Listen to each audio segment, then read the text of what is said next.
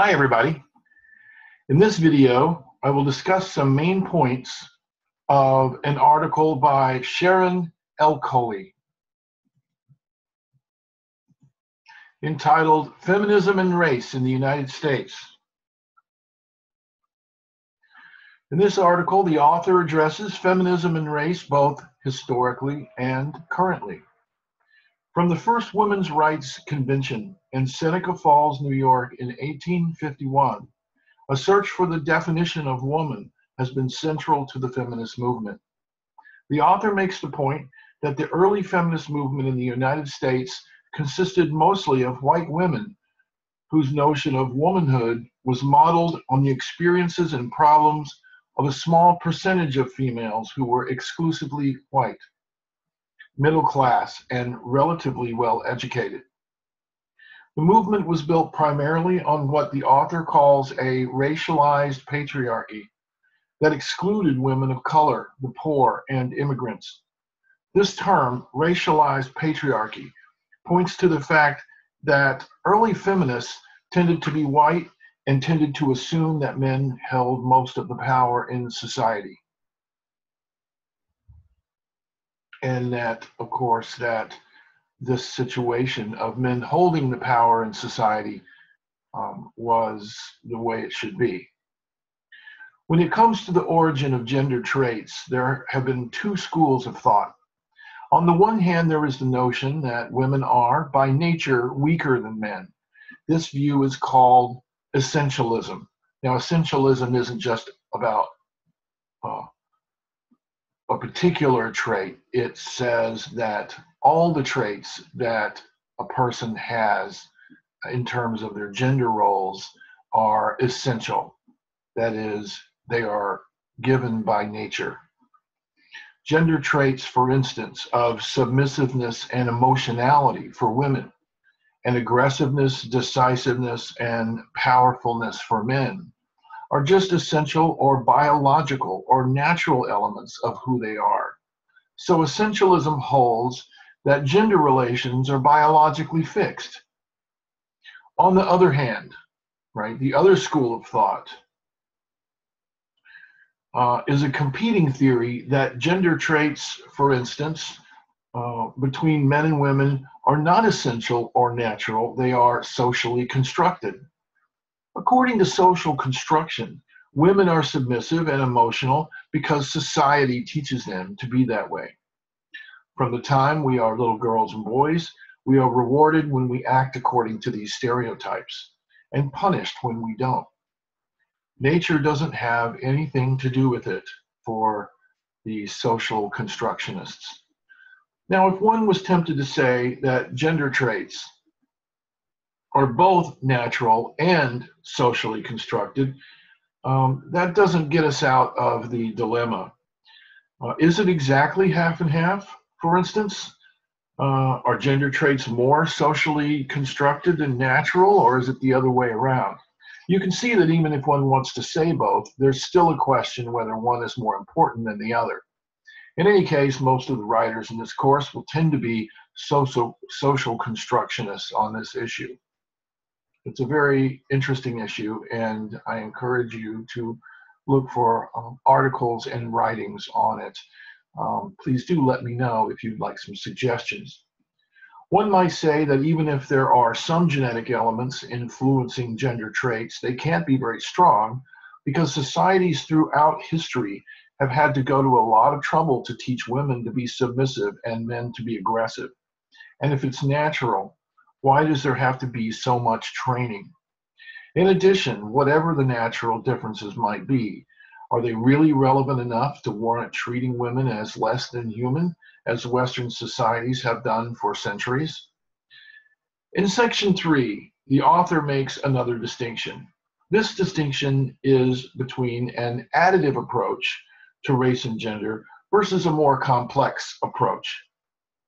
To get an idea of how the additive approach works, think about how white women are oppressed in certain ways and how black men are oppressed in certain other ways. Well, then what about black women? Are they twice as oppressed because they are women like white women and black like black men? Can we just add up the oppressions of both so that we can say that black women are twice as oppressed as either white men or white women, twice as oppressed as either white men or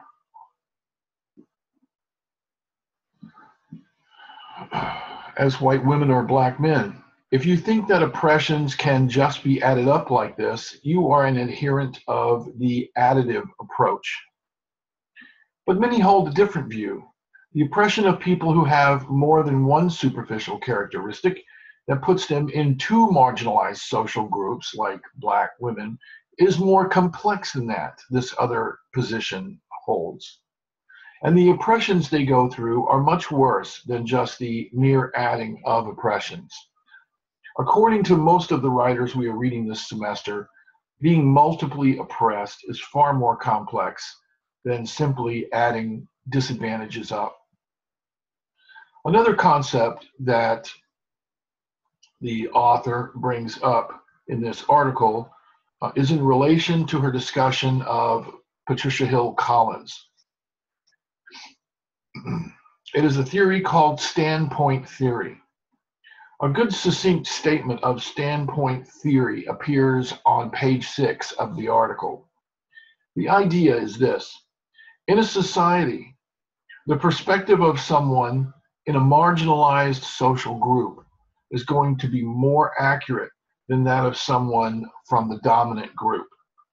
Take white men and white women, for example. Most white women are frequently harassed and in overt and subtle ways by many men. For the most part, these men don't even know that they are doing this because it is considered normal behavior. And they are certainly not experienced at having the same thing done to them. As a result, women will be more aware of sexism than men, just in virtue of their different social locations. That is, their different common group-centered experiences in society. In the author's words, quote, those who are most oppressed are able to provide a broader and clearer perspective on the whole of society and societal relations, end quote. So standpoint theory is the theory that there are these social location differences, right? Standpoint theory does not say that one thing is better than another. Standpoint theory is a theory, so it's an explanation of a phenomenon, in this case in society. And that is depending on what standpoint that you have according to your group membership in that society, your perspective on the society will be better or worse, more accurate or less accurate. So a white male's, especially rich white male's, standpoint in society will be less accurate because a rich white male will have encountered an important phenomenon in that society much less, like sexism or homophobia or racism. The society, sometimes the way I put it, is the society is set up to work very well for rich white males. Everybody else, not so much. So when someone comes from a social location that is more disadvantaged, they will know more about that society, the structure of that society. We're not talking about individuals here. We're talking about the structure of that society. Marginalized groups will know more about the structure of that society in terms of the problems that sexism calls, or racism, or disabilityism, or whatever. Disableism is actually the term there. Let's see here. So standpoint, Now it might seem at first like standpoint theory is really saying the same thing that essentialism is, that all women are the same, or that all people of color are the same, etc. But this would not be correct. Standpoint theory is consistent with anti-essentialism. Don't get confused by this. Now, I'm going to explain. Remember that essentialism is about, essentialism about gender traits. Now, you can be an essentialist about other traits as well, but we're focusing here on essentialism about gender traits. Now, so again, that says that specific gender traits like powerfulness and aggressiveness for men, or submissiveness or emotionality for women, are sort of cooked into human beings. Like from the time we're born, it's hardwired into us. That's just the way men are. It's just the way women are. That means it's a part of their essential nature. So remember that essentialism about gender traits says that women are born with female gender traits. So essentialism universalizes, right? Makes universal gender traits to all women. So all women will have this if it really is cooked into their nature. Standpoint theory, in contrast, merely states that women tend to share a social location that gives them a more accurate perspective on sexism than men have. They sound the same, but they are different. For instance, standpoint theory, which is about social location, just says that it's about a person's social location. So a different society where women and men occupied a different social location, where people of color or disabled people, maybe where disabled people, a society where disabled people were the most dominant group.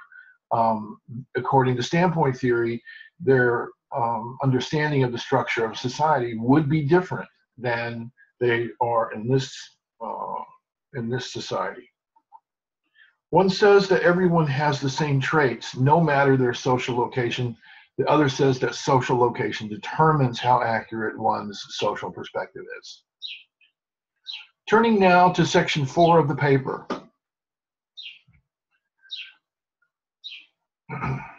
I once read a comment from someone that stated he or she was tired of hearing all about the pride that people of color feel.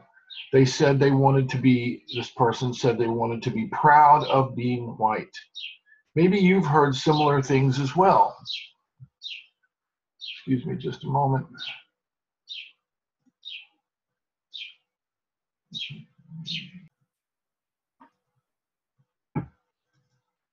Okay, now we're back. So I once read a comment from someone that stated he or she was tired of hearing all about the pride that people of color feel. They said they wanted to be proud of being white. Maybe you've heard similar things or thought similar things as well.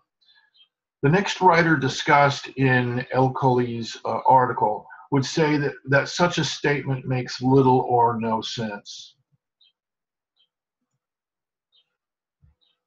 On page 9 of the article, Elkholy presents some views by Linda Alcoff.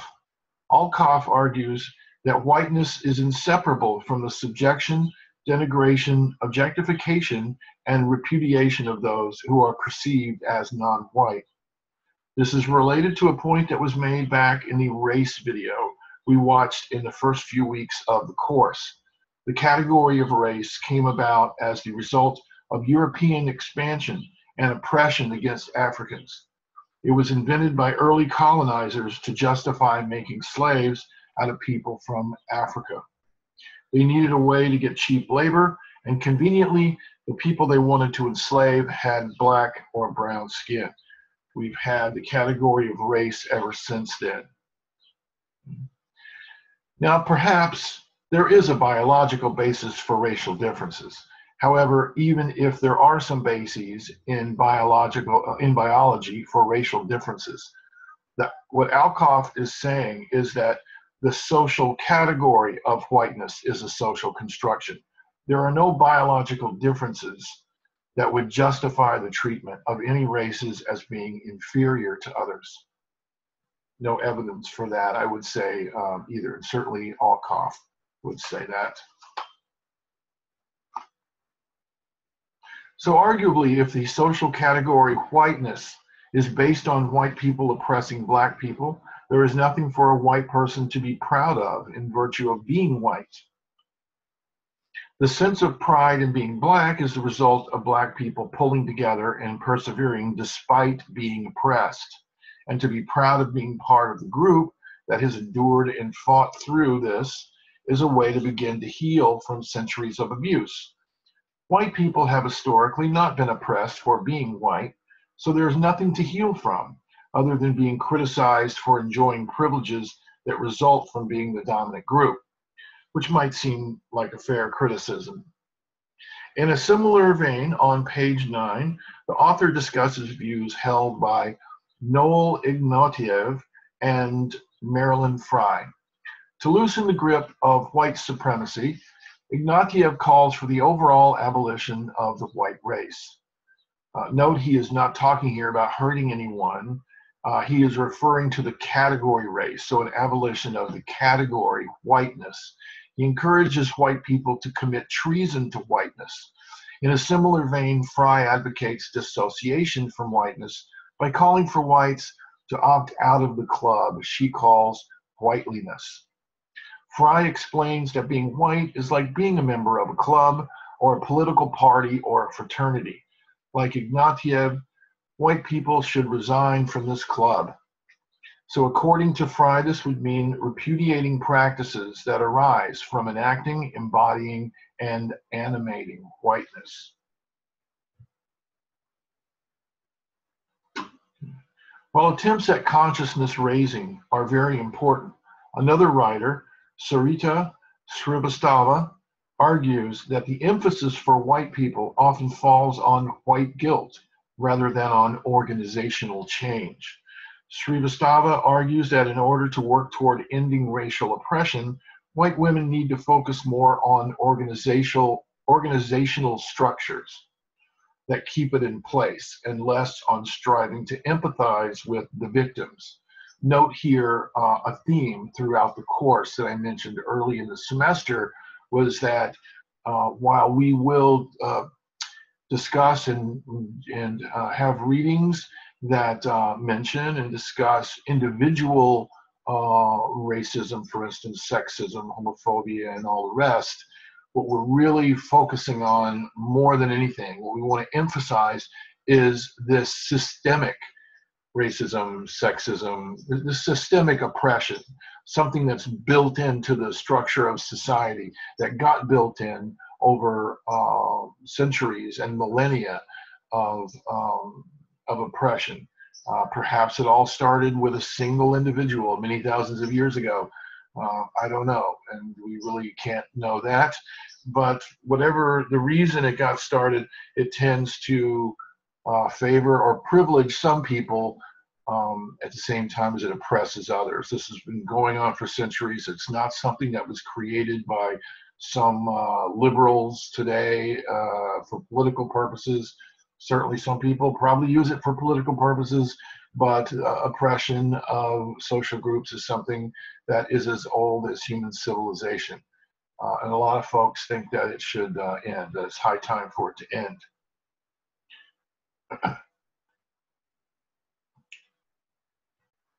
The author explains that empathy serves to underscore white women's goodness and transforms the essentially socio-political nature of the problem to a more personal one. Now, let me say this idea that she's talking about, that empathy serves to underscore white women's goodness. She is saying that in a sort of a negative way here, okay?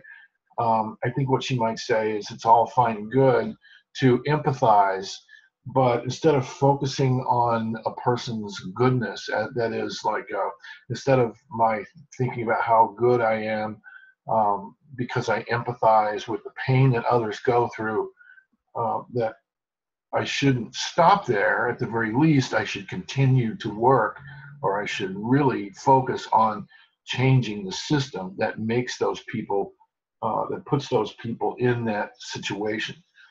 The problem is that this practice reinforces racist practices. This is the process of empathy that makes me feel good to feel for someone else. The problem is this practice reinforces racist practice practices of validating white women's moral authority. This is a criticism within feminism of how sometimes white women as a whole within feminism think that they're the norm. They think they're the ones that know what's best for people, and as long as they have empathy and are willing to help, maybe that keeps them a little less from actually helping, because they feel the person's pain, right? Sridhar argues that white women fail to genuinely confront their own racism by focusing on their guilt instead, and in doing so, maintain power inequities. White feminists tend to distance themselves from a serious critique of racism by focusing on their own behavior modification. What they should be doing is challenging oppressive institutional structures and calling for wealth redistribution. Okay, good. In section 5, Elkholy turns to Chicana, Latina, and Asian American women. One key point here is that according to Esther Yang Ling Chow, Asian American women are positioned differently with respect to Asian American men, insofar as they share a similar kind of ethnic pride in solidarity with men against racial discrimination against Asians in general in the US. She believes Asian American women's engagement with mainstream United States feminism is seen as a threat by Asian American men. Asiatic values of obedience, loyalty, self-control encourage forms of submissiveness among Asian American women that are incompatible with American values of individualism and self-assertiveness. The point here is that the women, Asian American women, they value obedience, loyalty, and self-control, where American women value individualism and self-assertiveness. And so what some Asian American women, not all, but some Asian American women are saying, according to Chow, is that these two approaches, these two strategies of approaching the situation are different. They have different values for things than American women do. These traditional values contribute to the uniqueness of Asian American women's struggles and tend to distance their struggle from the concerns of mainstream white feminist movement. Moving to page 12, Elkholy discusses the work of Gloria Anzaldúa. Latina women develop their feminist consciousness by struggling to arrive at a positive image of themselves. The internalization of racism they endure gives rise to shame, self-hatred, and abuse of other Latina women in various communities, according to Anzaldúa. They experience self-hatred due to having to fight over the limited positions of superiority that are open to women of color.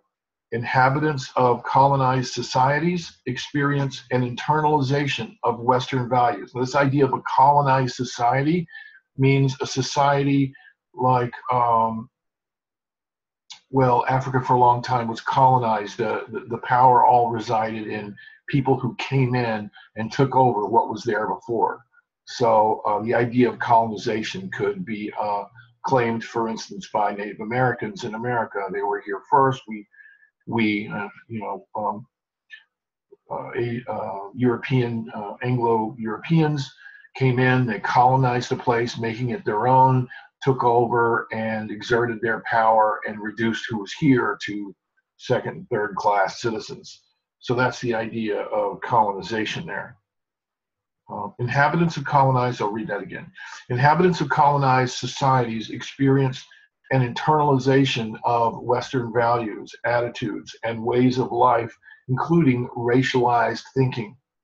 This racialized thinking devalues Latin Americans and gets inside their heads, making them hate themselves. Right? This may harken back to some of the early things we were dealing with in the course, where oppression, remember psychological oppression, I believe that was Barkey. Psychological oppression gets inside the head so that one need not even be outwardly oppressed in order to sort of devalue oneself, because one has been brought up in a society where one has been thought to be less than other people. So if I think that I'm less than other people because of the way I'm treated, I gradually start treating myself as less than a full person. In discussing the work of Maria Lugones on page 13, Elkholy distinguishes between a strategy where women attempt to empathize with each other by trying to stand in one another's shoes, and a strategy espoused by Lawrence Thomas called moral deference. Now let's get these two concepts clear. Now, moral deference is the active listening that is preliminary to bearing witness to another's moral pain, but without bearing witness to it. Okay, the person listening to the pain of the other recognizes the difference between his or her experience and the pains and struggles of the other. Unlike empathy, moral deference leads to a respect, according to Thomas, to a respect for the irreducibility of lived experience. So with empathy, the emotion of empathy, or the approach of empathy, is where one recognizes someone else's pain and tries to actually stand in their shoes, kind of makes this transition. Maybe you've seen someone crying before, or seen someone who was sad, and you really were able to sort of feel their pain by sort of not trading places with them, but sort of getting inside and imagining you're in that situation, undergoing those feelings as well. Well, this idea of moral deference, not difference, but moral deference, that is being deferent or respectful, is the idea that one can actively listen to someone else's pain, but not try to become that person, but to have a respectful difference. Lawrence Thomas argues that this deference, this respect, is something that is needed, so people don't think that you can just trade places. Oh, I know how you feel. Because how can I, for instance, know how someone feels, say someone who is in a completely different who's in a marginalized group? Exactly. So someone like me, white male, maybe I don't can't really empathize with people, but I can be morally deferent. That is, I can listen and I can understand what is being said, but have a respectful distance. Though there are many differences in the experiences of racism and sexism by women in non-Western societies, there are a couple of common themes. One of them is a kind of tension between women from different cultures and white women from Western cultures. The author, that is Elkholy, discusses some work by Minu Moalam on page 14 that locates a feminist imperialism in Western women's desire to enlighten third world women in the civilizing project of the West, wherein first world women become the norm and third world women get constructed as a non-Western other. Similarly, another writer, Elora Shiabudin, also criticizes Western women's attempt to position themselves as the saviors of Muslim women and ignore women's voices fighting to make change within the Muslim world. So once again, there's this criticism within feminism, within racist studies, of internal discussion and debate over what's the best way to deal with these huge problems that people face. So you have not just one voice that comes out of these. There's discussion, there's lively debate about what the best way to deal and critique of what the best way is forward for these issues.